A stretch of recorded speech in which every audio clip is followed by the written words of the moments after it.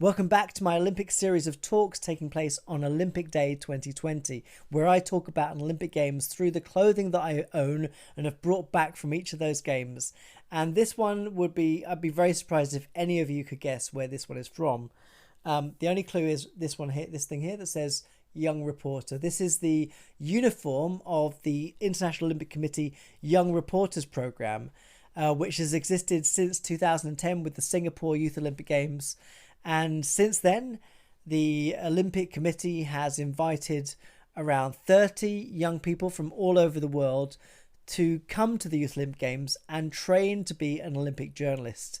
They have the most remarkable experience where they learn from really some of the best in the field who've been working and covering the Games for many, many years. And in 2014, I was lucky enough to be one of the mentors for the cohort that went to the Nanjing 2014 Youth Olympic Games. And we spent around 3 weeks in the Chinese city of Nanjing, covering Olympic youth sport, but also learning and teaching about how the Olympic Games has operated for the last century and how the media function at the Games, all the different roles that they have, from press coverage to broadcast and everything in between, including social media. One of the things I did for that cohort was to bring Google Glass to the Olympic Games, and we put glass on many athletes during their training to see what kind of footage we'd get. And one of the things that I really was interested in was how broadcast technology is changing, how the apparatus through which we capture the Games has changed. And over a century, in fact, you can look at the Olympic Games as a snapshot of media innovation over a century, where you have everything from live coverage of events to 3D footage from television or underwater television. Every innovation within our sort of media culture has been experimented with at the Olympic Games.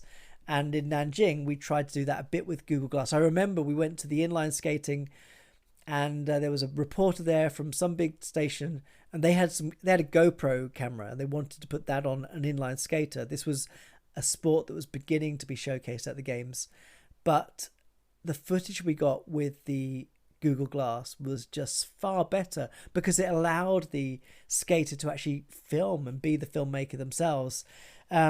And so working with this cohort of young reporters was just wonderful, and they have gone on to do so many amazing things. But for me personally, it was also a wonderful way to see the Youth Olympic Games, this idea that was created to bring the Olympic Games back to some sense of origin, and the idea that it's not just about the money, it's not just about the contracts and the investments, it's about that community. And the Olympic Youth Games, I think, were and are for many people still an attempt to recapture that initial spirit of the Olympic movement. It's of course huge already, though. It's very much like an Olympic Games. In fact, if you went to Nanjing, you'd think this was as big as any Olympic Games that's ever been built. But there's some remarkable innovations in it that I think tell the story about where international sports are going. So many of the activities are different from the conventional version of the sport that you see at the Olympic Games. Basketball is a good example. You don't have 5-on-5 basketball at the Youth Games. You have 3-on-3.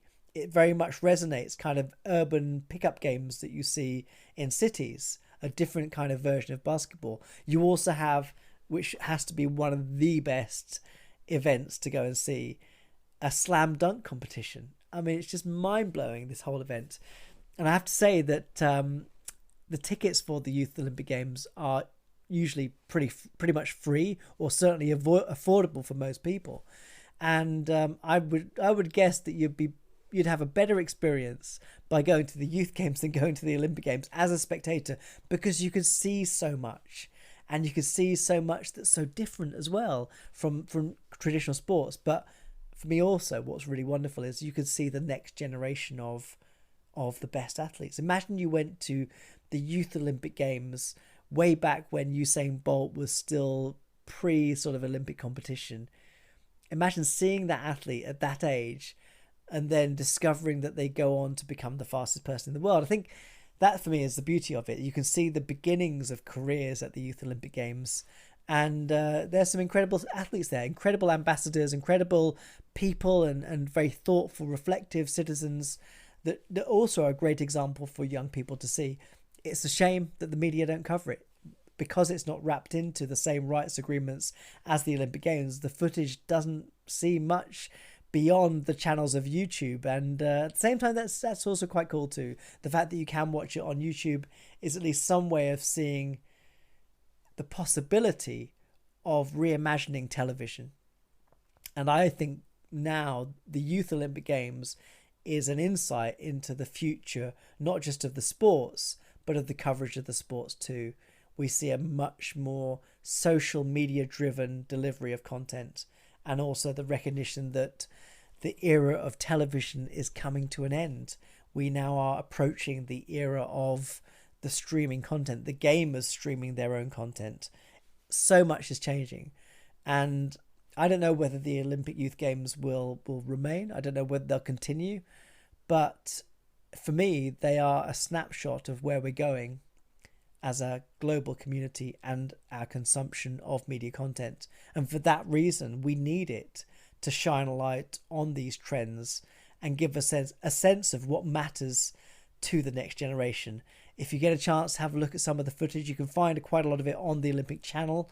But if you really can, get to the Youth Games. It's an amazing place to go. This year was at the Lausanne Games. It took place in the city of Lausanne, the Olympic capital. And there's so much to talk about, but that'll come next. Speak to you soon.